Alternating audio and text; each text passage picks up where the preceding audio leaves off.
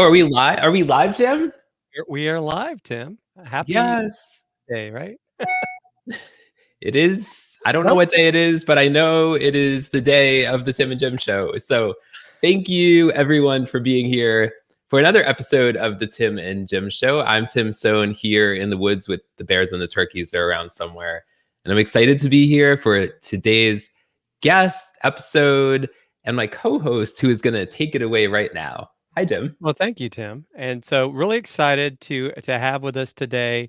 And I'm Jim Fuse, Fusion Marketing here in Marietta, Georgia, in front of the brick wall that people always wonder if it's a virtual background. It's not. It's really a fake brick wall. And excited to have today with us Dr. Troy Hall, a talent retention expert, as well as an award-winning author, speaker, radio talk show host. And him and I got to meet through Tim's favorite platform, Clubhouse. And then that led to us having a conversation on Zoom, and just loved the conversation that Dr. Troy and I had. And so excited to get him here on the show today. And so, Dr. Troy, tell us a little bit about yourself. Well, thanks for asking. I think what I'll do is I'm going to tell you about 2 or 3 things that you wouldn't find on a resume. Listen, I'm in social media everywhere, so if you want to find me, it's an open book. Just go look me up. But here are some things that you may not know. So first of all, I had the opportunity to kiss the Blarney Stone when I visited Cork Castle in Ireland. And on our way up to kissing it, because the way it's set up, it's in like the 2nd or 3rd story. It's kind of a decaying castle, and they reinforce it because you have to hold on to the railings and lean back and kiss the Blarney Stone. Now, we did this pre-COVID, so you can just imagine here we are kissing something with over 3 million people's lips on it, and nobody even cared, right? So we're kissing it, and on my way up, I said to my wife, I said, honey, I said, do you think that if I kiss the Blarney Stone, that all of my schmooze, all of my feng shui stuff, will it go away? And she says, well, honey, you'll just have to see. So I actually kiss it. Later on in the trip, I have an opportunity to talk to the tour guides and some of the tour people, and she leans over to me and she says, remember what you asked me at the Cork Castle? And I said, yeah. She goes, don't worry, your rhetoric is still coming and flowing, so you don't have to worry about anything. So it was really good. But I've also had an opportunity. I rode a camel in the Middle East, an elephant in Asia, and a hot air balloon in Kenya. I visited 45 US states, 65 countries, and I've set foot in 6 continents. Wow. Do you plan to get to the 7th? Well, it's a little cold. Now, one of the reasons why I live in Charleston, South Carolina is because we used to live where it was colder, and my wife said that's not going to happen. And I've been married for coming on 44 years. And the one thing I learned is when I first got married, it started with 2 words, I do. It continues today with 2 words, yes, dear. So yeah, I have the program down pat. So I might be going by myself or taking one of my friends with me, but I'm not sure I'll make the 7th. That's quite an accomplishment. And I think, thank you. We have a whole bunch of viewers today. Great to see Andrew and Chris Stone, Junaid, Marissa Cowley. And we've also got, I'm sure I missed somebody else. Dr. Stuart Buchan from Scotland. So not too far from the Blarney Stone, right? Wow. Hop, skip, and a Blarney Stone, right? And I've not done the kilt, but I have been around them playing the bagpipes. I've been in Edinburgh about 3 times. So say hello to. So we're saying hello to our Scottish friend out there. Yes, and also Kenneth Dumond. I think I said that right. Junior. He's with us as well. So thank you all for joining us today. So, Dr. Troy, you have really a unique perspective on things, and I thought that was something because we like to talk with small business owners, entrepreneurs, and so today we're going to talk about cohesion culture, and you have proven principles to retain your top talent, right? This book is available on Amazon. Yes, you got it right, and it's not mirroring. Perfect, right? A plus, A plus. We can read it. Was it backwards? Don't you always think that's crazy when that happens with people's cameras? They have no idea that everything is backwards. Yes. But yeah, so this is something you've been doing for quite a while. So Tim, would you like to start with question number 1? Let's do it. Okay, go Tim. So I think we have to have a drum roll or something. Let's do a drum roll. Yes. First question is, what is the cohesion culture anyway? Well, the cohesion culture is a safe workspace where people have a sense of belonging, value, and share in mutual commitments. And when you think about the cohesion culture, what you are building is diversity, equity, and inclusion within your organization. And the framework of belonging, value, and mutual commitment is what you lay over top of the organization, and then you can fit your HR practices and strategies and things that you're doing to see where are you in the process. And that gives you the framework for the cohesion culture. I mean, I guess what made you really discover this process? Because I think a lot of times, I was in the Marines for many years. Uh, Maybe we accidentally had that, but at the same time, I don't know that we took it to the level that you do in helping companies to succeed. Well, thanks for asking about that. So, a lot of my work with organizations around the globe is to really focus on the fact that there is a need for their culture to either be improved or their culture to be sustained, and they need a framework. Otherwise, cultures can just sort of happen. And the idea is to have leaders be purposeful about what they're doing and not being accidental. I mean, I think for myself and maybe for you, do you want to follow an accidental person, or would you rather follow a person who has some purpose? Unless, of course, if the person is really lucky all the time, then it's better to be lucky than smart. So, okay, we can take that and run with that. But my dissertation was in group dynamics with an emphasis on cohesion. And one of the things that drew me to it was that in my current business role, we use correlational data all the time. And correlational data gives you two figures that have some sort of relationship, and you can either say they statistically seem like they, have a relationship or they don't. But causal relationships, now that's different. When you have something that you can say, when it's present, it causes this, it's a better predictor of behavior. So as I went through and the research and all the information, it really became clear to me that what individual organizations wanted to do was to create cultures that they could actually create an effect for, as opposed to just saying, oh, I've got a correlational relationship between happy employees and satisfied employees and what's going on. And oftentimes, these leaders, they're lulled to sleep by what's called the engagement lullaby. And they have been told in books and magazines and things that they should be looking for engagement. They should be measuring engagement. They can tell whether if they have an engaged employee, that's really what they want. But some of the problem that comes into that is that individuals use their observation powers to determine, just like they do correlational data, and they don't really know if there a cause and effect. So we can have an employee who comes to work on time, they do their job, and they don't bother the boss very much. And the person goes, wow, I need 10 more like them because they're really engaged. No, they're not engaged. What they are people who come to work on time, do what they need to do, and don't bother the boss. That's what you've been observing.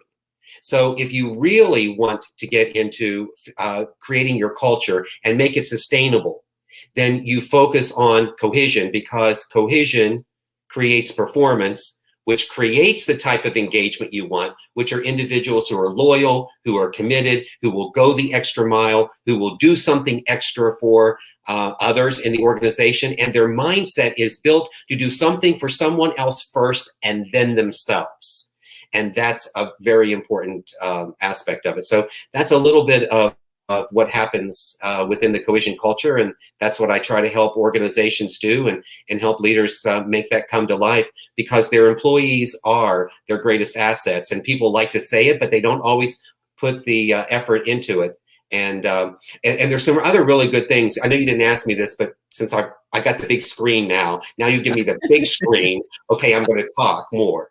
So if you want me not to talk so much, you just got to give me this small screen again. So then I'll know to. No, you're on the stage now because you're on a roll. I'm on stage, so I just keep rocking and rolling, huh?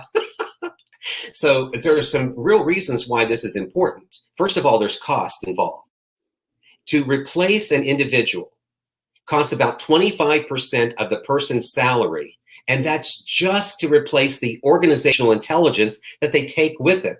And that organizational intelligence, the things they know, the intricacies, the intimacies of the organization, like don't bother Sally on Wednesdays afternoons because it's a bad time for her.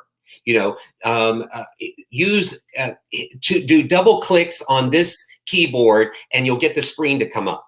I mean, I'm exaggerating to some degree, but the point is, these are organizational things that people know from being on the job. They have shortcuts. They have intimate knowledge to policies and procedures. They have a problem, they know who to pick up the phone and call, and they're able to get that handled and done, and they don't have to look through a directory or ask 2 or 3 different people or sit around and fumble with it. And that cost is on top of your acquisition costs to woo the individual, the new person, into the organization, and then to give them the basic training that they need. And imagine this is for an individual in an organization who's been there about 3 to 5 years. If you've been there longer, the cost goes up. So there is some specific costs. And then on the flip side, what we then have found is that when you see an increase, because Cohesion gives you performance, gives you engagement, when you see that happening, 50% of the increase that you get in creativity and productivity is a direct result of cohesive teams. So there's a great benefit for having organizations want to be able to do it. And it's not just a catchphrase. It's not just the fancy word today. It's what you want. You want teams working cohesively. You want belonging. You want value. You want shared mutual commitments, because when you do, you build diversity, equity, and inclusion. And you really hit on something that to me, I remember back, if you want to call it my last job before I went out on my own, I do remember like the HR folks, they always talked about, like you said, the acquisition cost. It was at least $3,000 to recruit somebody, but they never brought up the other point that you did, is like the cost of losing that individual with all this knowledge, right? That you're not going to able to just replace overnight, because they know the culture, they know the people, they know where the bodies are buried, as Jimmy Hoffa would say. Yeah.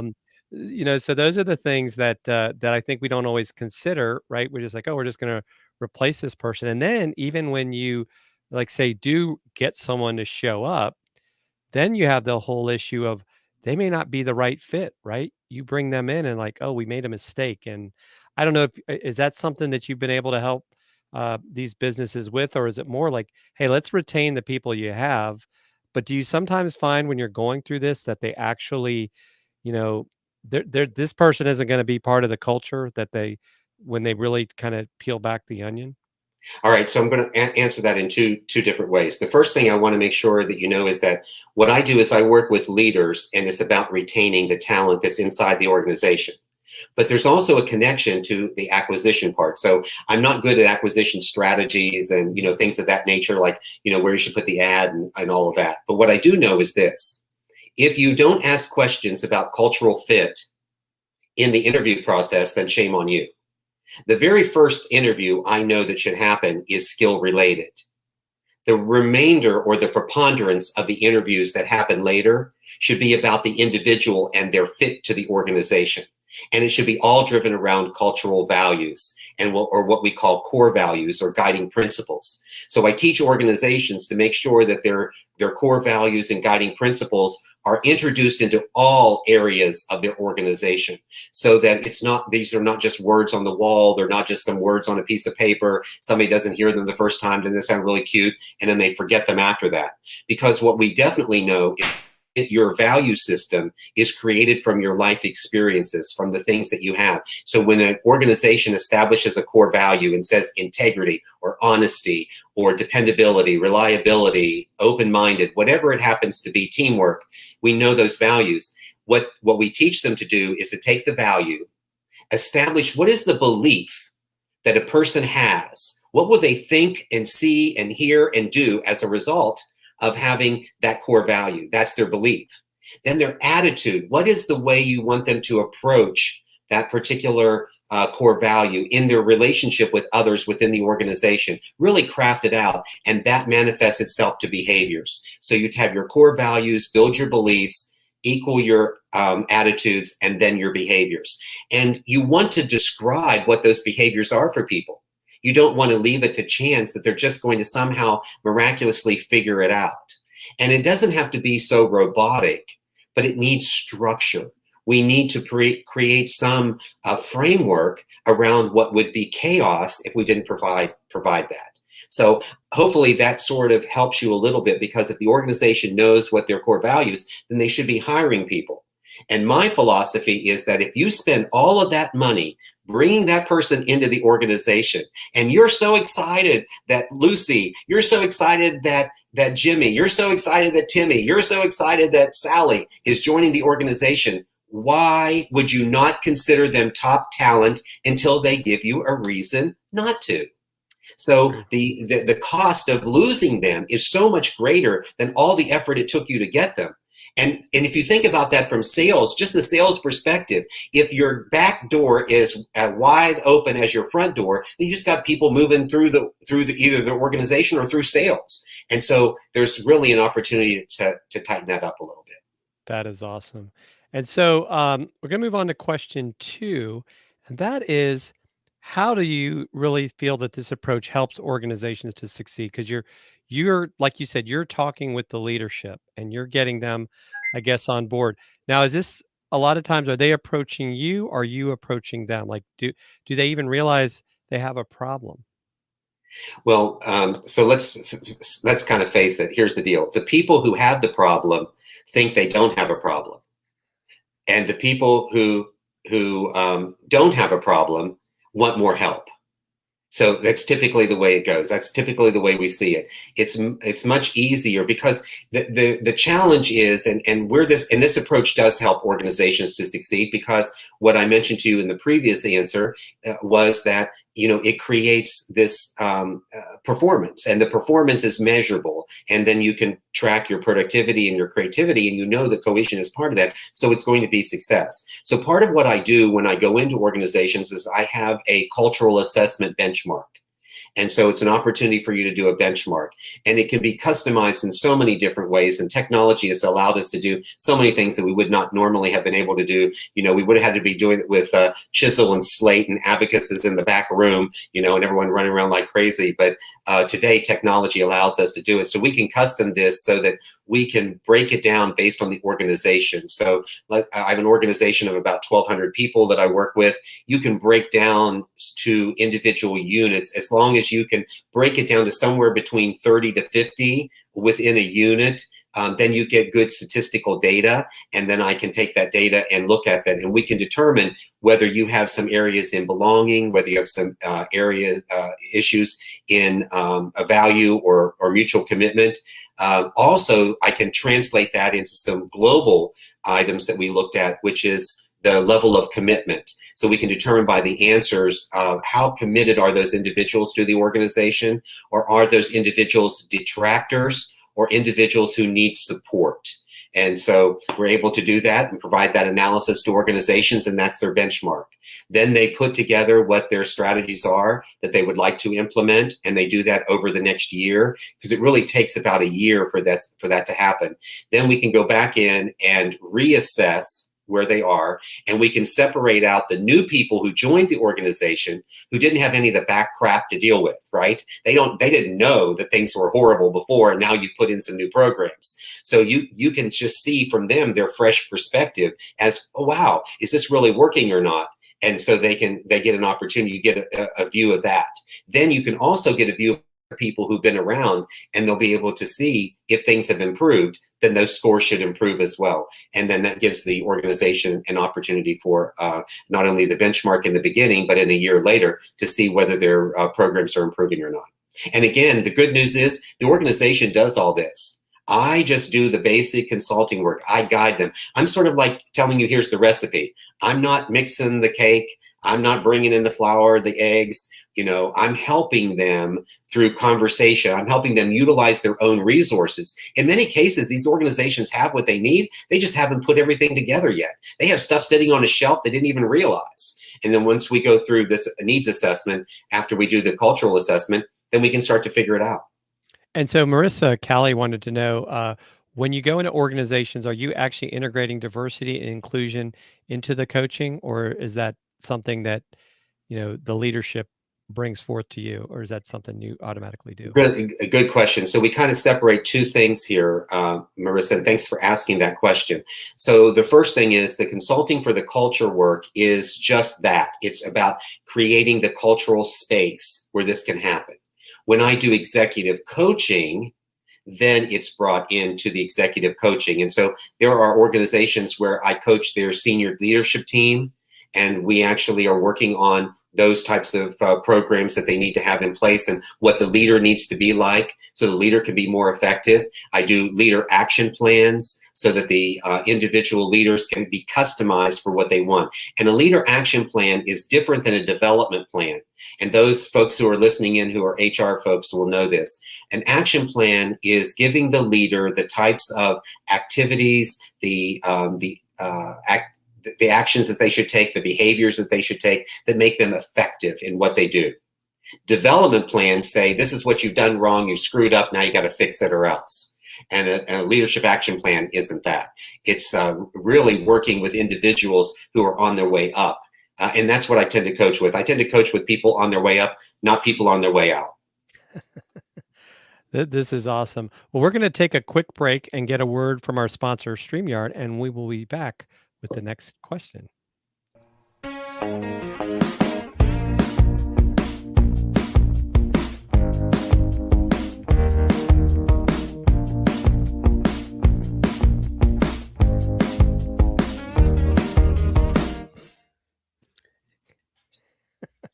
I'm really here, Jim.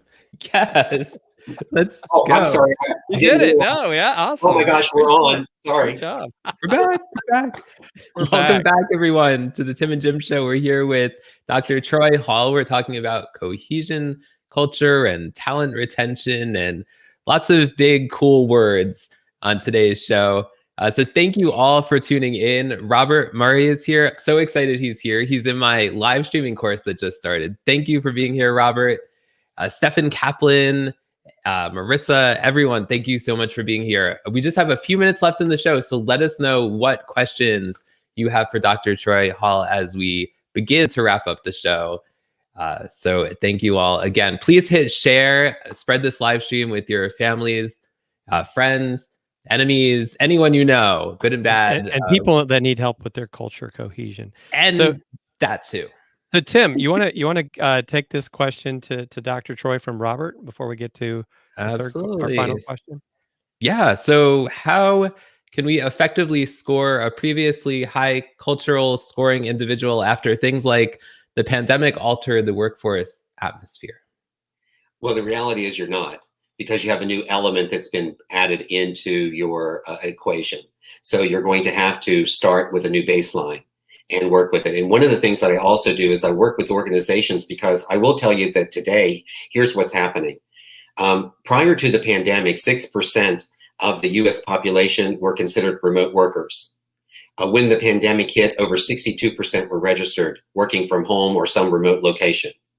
What we do know is that when we stabilize, please, let's not say normal. There is no, I don't know what normal really means anymore. But when we stabilize the workforce, we will have a hybrid environment, and we will have more than 25% of jobs categorized in that area.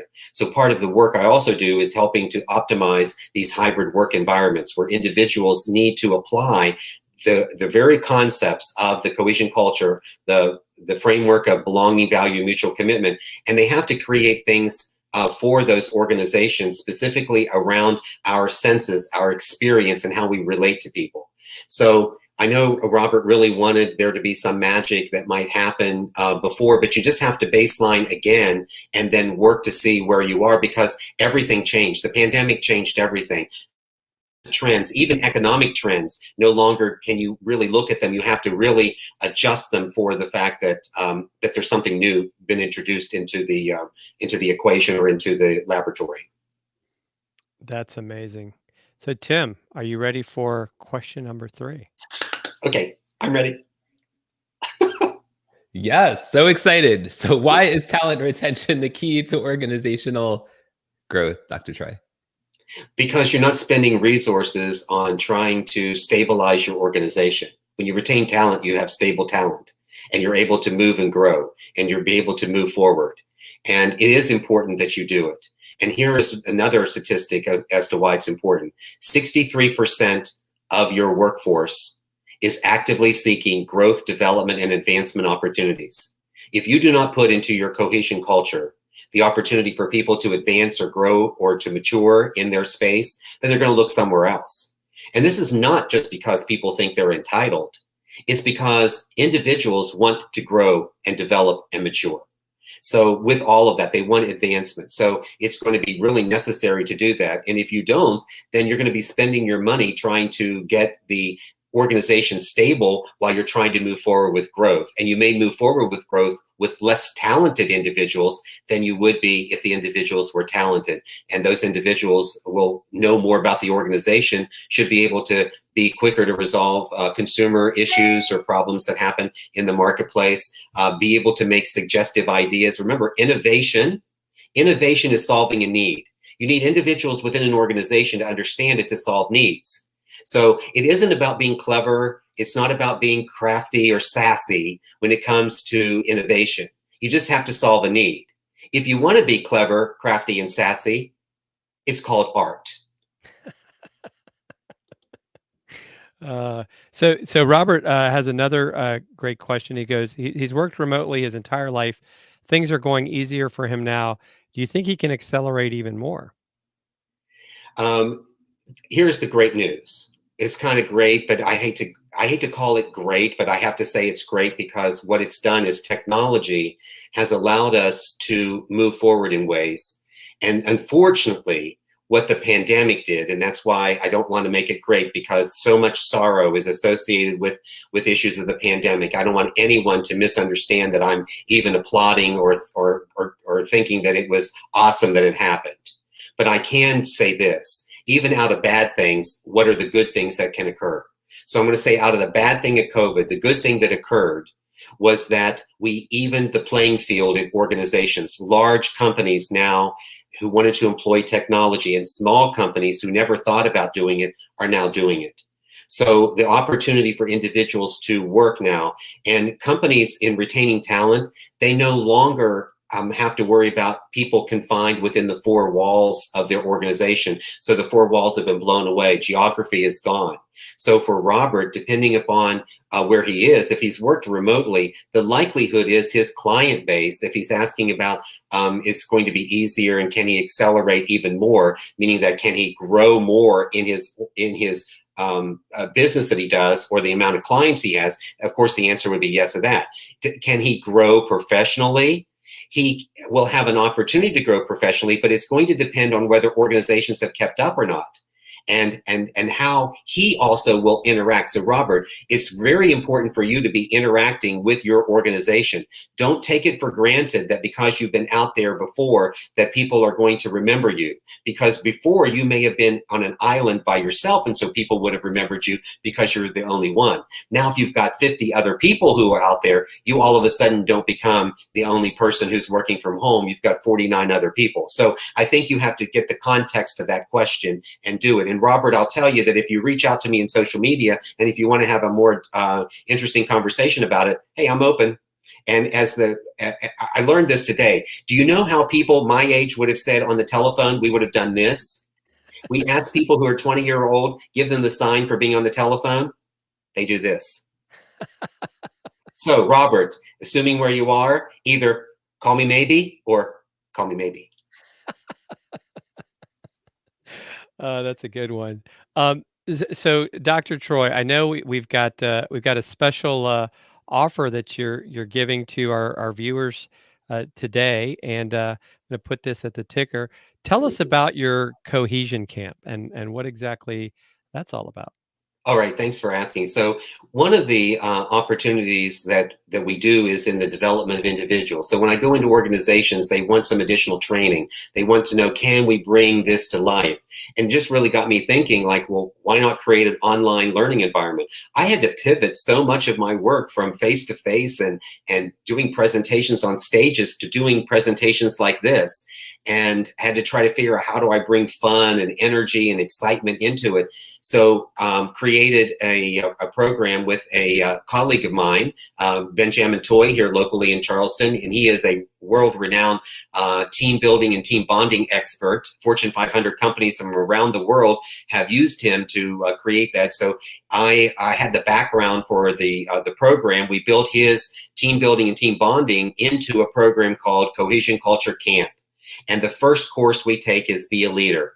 And the reason we do that is because in the book, the first act is be a leader. If the leader isn't right, then it doesn't matter what else you're going to do, because the leader drives everything else that happens. And then the second part is build the culture, and the third part is bring it to life. So in that camp, we bring individuals through a 5-week, 5-module course that helps them be a leader. And we ask them to do 3 things to take this course. The first thing is be teachable. It is the first attribute of an effective leader. If you are not teachable, if you already think you're superior and you've got everything handled, it's going to be a problem. The second thing is also understand that everyone is a leader. If you answer questions, you give direction, you work on a project, you work toward a common goal, you're making selections, or you're doing things, you're working even in tandem sometimes with the instructions, you're still a leader in doing your part. You're accountable and responsible for doing your part. And then the third part is view it from the lens of a CEO. No longer sit back and say, well, if the CEO doesn't want to make it happen, it's not going to happen. And I'm not suggesting a revolt. I'm not suggesting a mutiny. What I'm suggesting is bringing like-minded thought leaders together to work on something. And if the CEO is smart, the CEO will surround themselves with people who are knowledgeable and intelligent and get out of the way. Absolutely. And I think I've always looked at that. That's a great point you bring up. It's the whole idea of, surround yourself with smart people, right? Don't try to do it all yourself. And I know in the military, a lot of big organizations, right? We want to have that team that we can delegate. My boss, my colonel I had, his acronym was DAD, delegate and disappear, right? Because he knew he could trust his people to get the job done. And when he come back, he could just follow up. So I think that's a great point that leaders need to consider is like, and I think a lot of times with small companies, it's that whole thing of the growth pain of, well, I've always been the one that did this. I can't trust that person to turn that over. Exactly. And if you don't, then you're just going to continue to keep getting what you get. And I find this to be interesting. So there's a few little messages that I have in some of my motivational messaging and speaking and coaching that I do. And one of them I say is that you cannot be a victor of your future if you're held captive by your past. So if you keep doing the same things that you've always done before, you end up with a definition of insanity. You do the same thing over and over again and expect something different. You want a future that you think that is available to you, but you're not willing to be teachable to find out what it is you need to get there. You think, oh, I'm going to get there based on everything I have in the past. The other statement I use is the truth is in the I am, not the someday I will be. You claim who you are in the present because the present will lead you to the future. You don't get to the future by looking at the past. There is a reason why the adage that's been used that the rear view mirror is this tiny thing and the windshield is larger is because you're supposed to be focusing forward and moving yourself direct. So you think of the past creates a foundation, but it's not everything you should know. If you're really going to move forward and you want forward growth, then the leaders I work with have to start thinking about things they never thought about before. They have to start aligning their minds and the way they think with other thought leaders who are going to move them into that future direction and learn from them. And as we mentioned in the very beginning of the show, that's one of the opportunities of Clubhouse. And that's one of the opportunities is you create an environment. So whether it's Clubhouse, some other app, it doesn't matter. Bring leaders together, think, talk, work out these problems and situations. And of course, if you need a coach to help you along, hey, call me. Awesome. So Tim, what did you think? Any final thoughts as we wrap things up? I mean, I'm ready to run through a wall and go do things. Dr. Troy's got me motivated. Well, you got one behind you, but be careful. You need it for next week, so don't mess it up. No, just want to thank you so much, Dr. Troy. This was a great conversation, and we really appreciate you and what the information you shared and your offer. That was very generous of you for all you viewers out there. We want to thank you all for tuning in. Dr. Troy, how can people, oh, there you go. I was going to say, how can people connect with you? Well, I try to make it difficult. It's Dr. Troy Hall. So, I mean, if you can remember like those 10 letters, then you got a good chance of connecting with me somewhere in social media. My website is drtroyhall.com. LinkedIn is Dr. Troy Hall. Facebook, Dr. Troy Hall. Okay, you get the point. We got it. Dr. Troy Hall. Dr. All Troy. around. So thank you. Thank you so much. And next week, we have Katie Simpson coming on the show. She's going to talk about how to sound, look, and feel fantastic on live video. So we're excited to have her on next week. I could have used her before me. I should have paid attention to the lineup. Well, thank you everyone again for joining us. And whether you're watching live or on replay, thank you for stopping by. Dr. Troy, this has been amazing. Thank you so much for everything you shared with us today. And we will see you all on the next Tim and Jim show. Take care, everyone.